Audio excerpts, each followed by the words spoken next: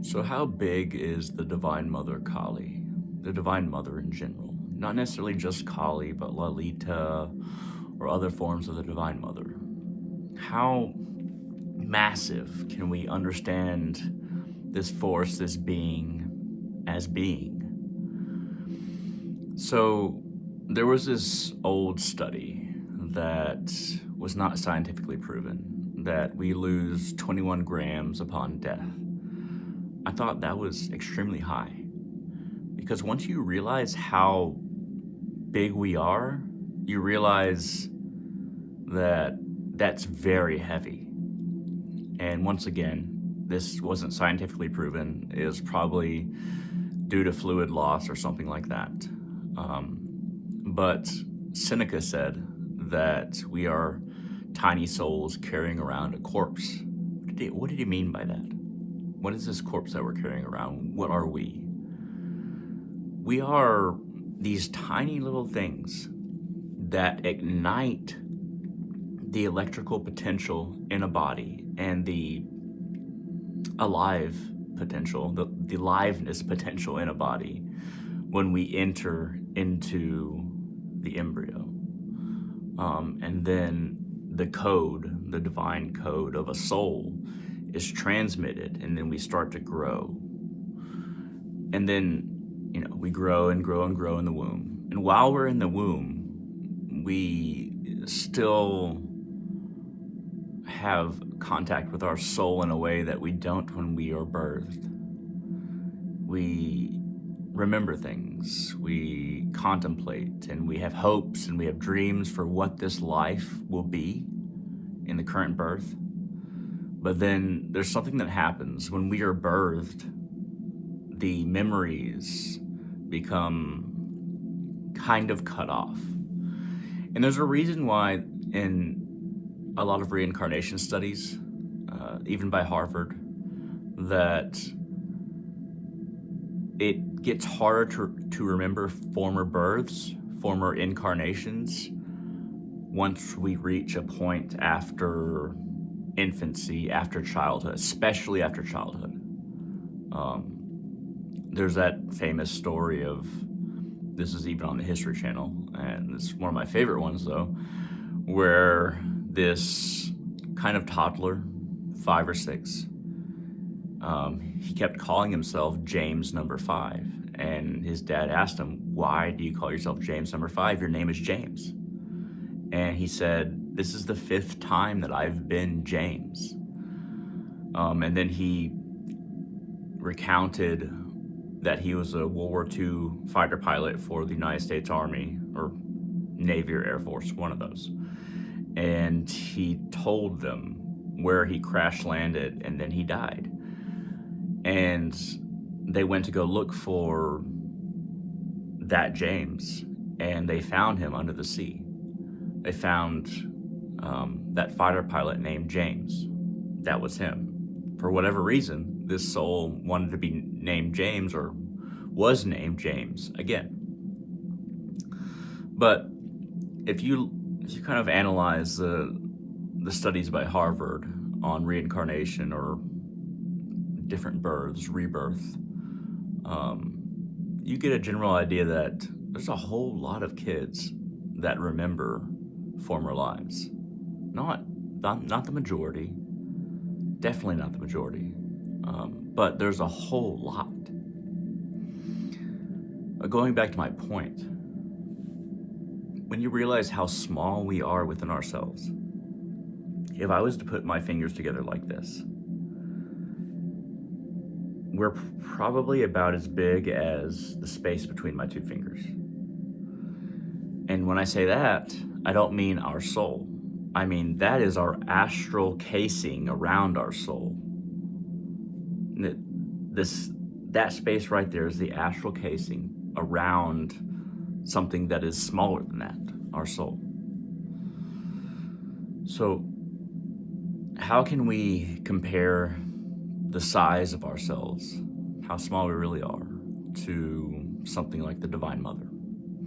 And the reason I say the Divine Mother, the reason I say Shakti and not Shiva, is because Shiva is soul, but and consciousness, but you don't get anything besides that.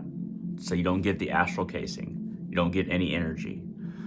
Shiva without Shakti is Shava, which means corpse, is just awareness, just the soul that's way smaller than this in our material universe. Way smaller than that. If I was to compare the Divine Mother Kali to, let's say that this is even our size. Let's say that a grain of sand is the size of our soul. If I was to compare the Divine Mother, Kali for me, then I would say that she is the size of the sun, whereas we are the size of grains of sand. Think of all the grains of sand in the Sahara Desert, for instance. This is just one planet. That's just one desert, the Sahara Desert. But if I was to compare every grain of sand, very small, in the Sahara Desert, to the Divine Mother Kali, she'd be the size of the sun. She is made of soul. She is made of life force. She births us into this material universe through the energy of life and allowing our souls to kind of take these tiny little ships into these bodies that have this energetic potential to become alive. Going on a side tangent here, but one of the reasons why AI can never, I wouldn't say never, but not within the next several thousand years, be considered life, maybe conscious, but not life, is because they will not be of nature. They will be produced by something that is of nature. We human beings are of nature. We are an extension of nature. We're not above it. We are an extension of nature. We produce tools like artificial intelligence. Maybe even if there's bodies for these artificial intelligences. Intelligence-I. Anyway. But even if artificial intelligence can be conscious, even if it has consciousness, it is Shava, the corpse, not Shiva. And Shiva can only be Shiva with Shakti, the I in there. The I replaces the A, basically. We can produce, I really think that we can produce casings for consciousness in the form of artificial intelligence, and then maybe in more material forms. If we put them, we'll probably put them into soldier bots or something first, because we're not super bright on that. But we are extensions of nature, and something that is a robot or artificial intelligence will not have Shakti, because it will not be an extension of nature. But going back to my point about how big Kali is, or the Divine Mother is, it has to be Shakti. Can't be Shiva, because without Shakti, Shiva is Shava, corpse. If I could explain it to you in a way where I feel it, because I feel Kali to be so much bigger than me, but it's not scary. And I'm somebody who walks outside, and if I'm in a football stadium and I look up, I realize how small I am and I get disoriented. It happens with people who are very sensitive. But I've never felt that Kali is so big that I am small. At the same time, she is so much bigger than us. She is so much bigger than me. The way that I sense her, the way that I feel her, she is vast. Once again, like a grain of sand, me a grain of sand, compared to the sun. And if you know how much bigger the sun is, our sun, compared to Earth or Mercury, then perhaps you're understanding what I'm talking about. See, the astral realm, where a lot of our energy bodies exist, it is vast. So our material universes, there's a number of material universes, virtually unlimited, virtually, because if you were to count them all at once, they would be limited. But by the time you count them all, you just keep on counting. So if you were to take a snapshot of all material universes right now, virtually limited. But if you were to count them, by the time you get to the last one, there'd be way more. Constantly expanding. Many universes. And in this universe alone, there are billions of suns. In this one universe. So if we go to the astral realm energetically is 3 times bigger than the totality of all the material universes. 3 times bigger. Think of a basket on a hot air balloon. That is the material universes. The air balloon is the astral realm. It has all the astral universes. And there's more contact between the astral universes. So it's more like a realm than the material realm, because the material realm has a bunch of universes.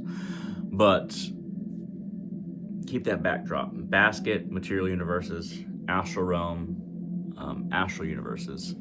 And then around that is the blueness of the sky. That is the causal realm, or causal universes, combined into one. They might be more whole than the material universes or the astral universes.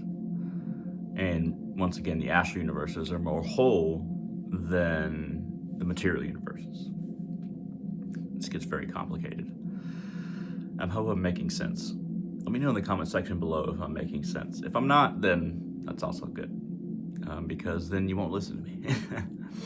So, the causal realm, that's kind of where the gods are. The gods are right here, right now. They are where we are in space. Yet, they are a different frequency. So, same ball, different frequency. Same Rubik's Cube, different alterations to the Rubik's Cube. And we only get a whole Rubik's Cube at Godhead, the supreme reality, Brahman, which I also call Kali, but it's neither here nor there. So, as individuals, we are on this grand journey through material universes, through astral universes at the same time. And we're on our way to become gods in the causal realm. And now you think, oh, everybody on this planet, they're eventually going to become a god, or they're eventually going to become, I wouldn't say like Kali or Shiva, but they're eventually at least to become a demigod before reaching the source. Yes. And it may seem strange. Every blade of grass, every animal, every ant, every singular spirit, we borrow a spirit from the earth, every singular soul, because spirit is life force, soul is something different. But every single thing is meant to become a god or a goddess, and they're ultimately one and the same. The way that is feasible is that, once again, the astral realm is an air balloon, and the material realms are the basket, and the causal realm is the sky. So, there are many souls coming up to our level. We may think that we're better as human beings. We're just a medium stage. We're just kind of in between things. We're not that great. All the religions that talk about us being the inheritors of the earth or shepherds of the earth, maybe for a bit, but it's just part of our journey. When you when you really look at the grander cosmic landscape, this is just a medium realm in a lower realm. And all that talk of hells, that's in the astral realm. If you do a whole lot of bad things as a human being, you're choosing that. If you're a wolf that kills other wolf cubs from another pack, it's not as bad. But if you're a human being that kills children, then you're choosing that more. So you're going to probably go to an astral hell. And the astral hells, we can think about them as the earth next to the driveway of the astral heavens, and demons as earthworms. Like, earthworms can technically crawl into the driveway of the astral heavens, but they're going to get burnt or stomped on or pushed aside. They can technically get there, though. Our actions decide where we are. Not necessarily who we are. We decide who we are, but our actions from previous births decide where we manifest, where we incarnate. If you really look at the grand scheme of things, when I'm talking about material universes, so many, virtually infinite, not infinite, virtually infinite, and astral universes, astral realm, virtually infinite, not infinite, causal realm, the sky, behind, around, all of this. Once again, virtually infinite, not actually. You start to get a feeling of how small we are, and how when religions talk about how big we are, it becomes laughable. If you subscribe to what I'm talking about, if you at least have some kind of analog to what I'm talking about, some kind of understanding or belief that is similar, we are so small. And the Divine Mother Kali, she's all of it. They say that demons pray to the Divine Mother Kali, but they contact a different part of her. The gods pray to the Divine Mother Kali, but they contact a different part of her. And Shiva prays to the Divine Mother Kali, but he contacts a different part of her. We're talking about different scopes of influence and different realities in various levels. Because what I'm getting at here is that she's so big, and she doesn't necessarily look like what you might have seen in my other videos. So, holding a head, has all these weapons, all these arms, has all these heads around her neck, all these arms as a skirt. That's not how she looks. That's a symbol. Those are symbols. As far as how I've seen her, how she's revealed herself to me, she is this vast light being with a planet in her lap. I don't know why it's just one planet. I don't know why there's light beings on this planet, why it seems like it's a jungle. I don't know. That's just what I've seen. And, you could not believe me because, I'm diagnosed with schizophrenia and I take a lot of antipsychotics. But if you think schizophrenia is something that is actually a shamanic disease, or if you think that perhaps I'm onto something, then you can believe me. Otherwise, you don't need to believe me. I don't matter. It's not that important. I certainly feel how small I am compared to Kali. But she is the life force and the force in everything that is animated. Shiva, when we talk about soul and consciousness, he might seem bigger to our minds. But do you know how much energy and life force, astral energy, astral life force makes up so much of this? That's why Shiva is called Shava when he doesn't have Shakti anymore. Because none of space itself could not exist.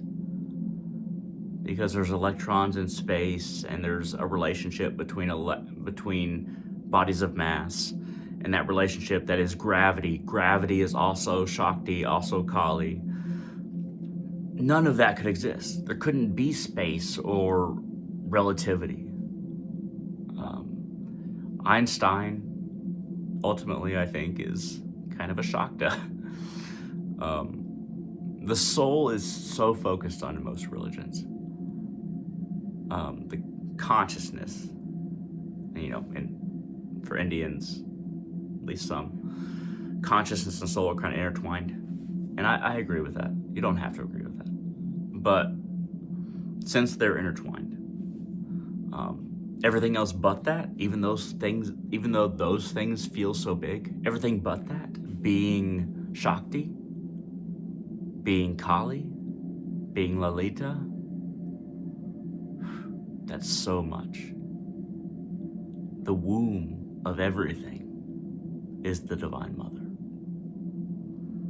So, thinking about these various dimensions, these various universes, and how we exist in them, I posit that the Divine Mother is far vaster than we can imagine as human beings. Thank you very much for watching, and I hope all of you have a wonderful day.